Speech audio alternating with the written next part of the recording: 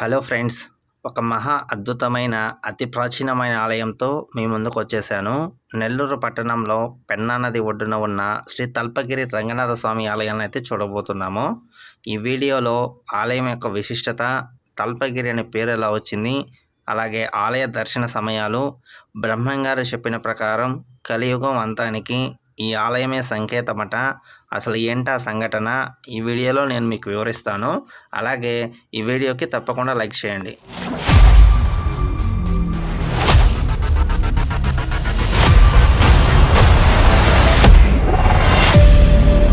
పన్నెండవ శతాబ్దానికి చెందిన ఈ ఆలయము మొదటగా శ్రీవైకుంఠంగా ప్రాచుర్యంలో ఉండేది. 17వ శతాబ్దం నుండి తల్పగిరి శ్రీ రంగనాథ స్వామి ఆలయంగా ప్రసిద్ధి చెందింది.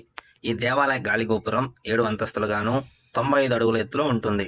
ఈ ఆలయ గాలిగోపురం గురించి బ్రహ్మంగారి కాలజ్ఞానంలో ప్రస్థానం ఉంది అని అంటారు. ఎప్పుడైతే ఈ గాలిగోపురంపై ఒక కాకి వాలి పెన్నా నది నీటిని తాగగలుగుతుందో అది కలియుగాంతం అని బ్రహ్మంగారు రాసినట్టు చెప్తుంటారు.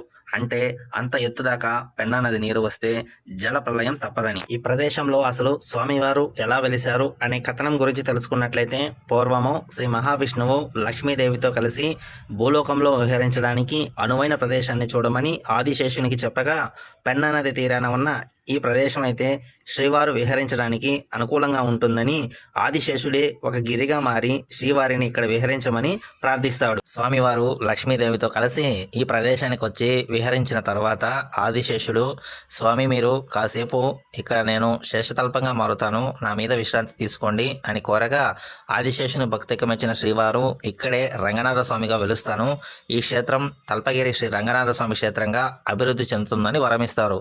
ఆ విధంగా ఈ పెన్నా నది ఒడ్డున తల్పగిరి రంగనాథ స్వామిగా శ్రీ మహావిష్ణువు వెలిశారు. ఈ క్షేత్రము రంగనాథ స్వామి వారి ప్రముఖ ఆలయమైన శ్రీరంగానికి ఉత్తరం వైపున ఉండడం వలన దీనిని ఉత్తర శ్రీరంగం అని పిలుస్తుంటారు.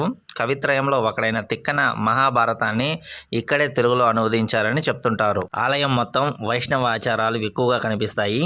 రంగనాథ స్వామిని విష్ణు ప్రతిరూపంగాను, రంగనాయక అమ్మవారిని లక్ష్మీదేవి ప్రతిరూపంగాను అభివర్ణిస్తారు.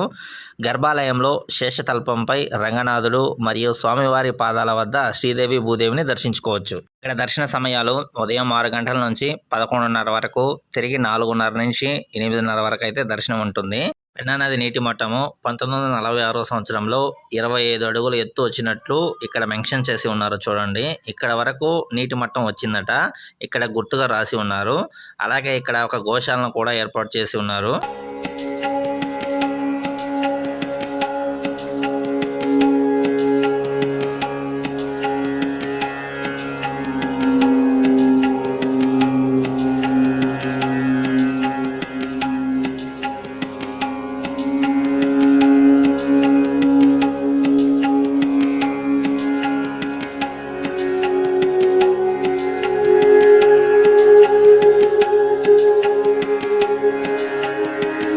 ఈ ఆలయం ఉత్తర వైపున స్వామివారి యొక్క పాదాలు అయితే ఉంటాయి, తప్పకుండా దర్శించుకోండి.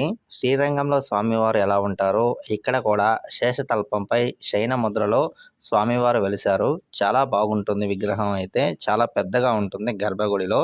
అలాగే ఈ ఆలయంలో శ్రీ ప్రసన్న వెంకటేశ్వర స్వామి వారిని కూడా మనం దర్శించుకోవచ్చు. ఇదండి ఈ ఆలయం యొక్క పూర్తి విశిష్టత. మరొక వీడియోలో మీ ముందుకు వస్తాను. Thank you for watching.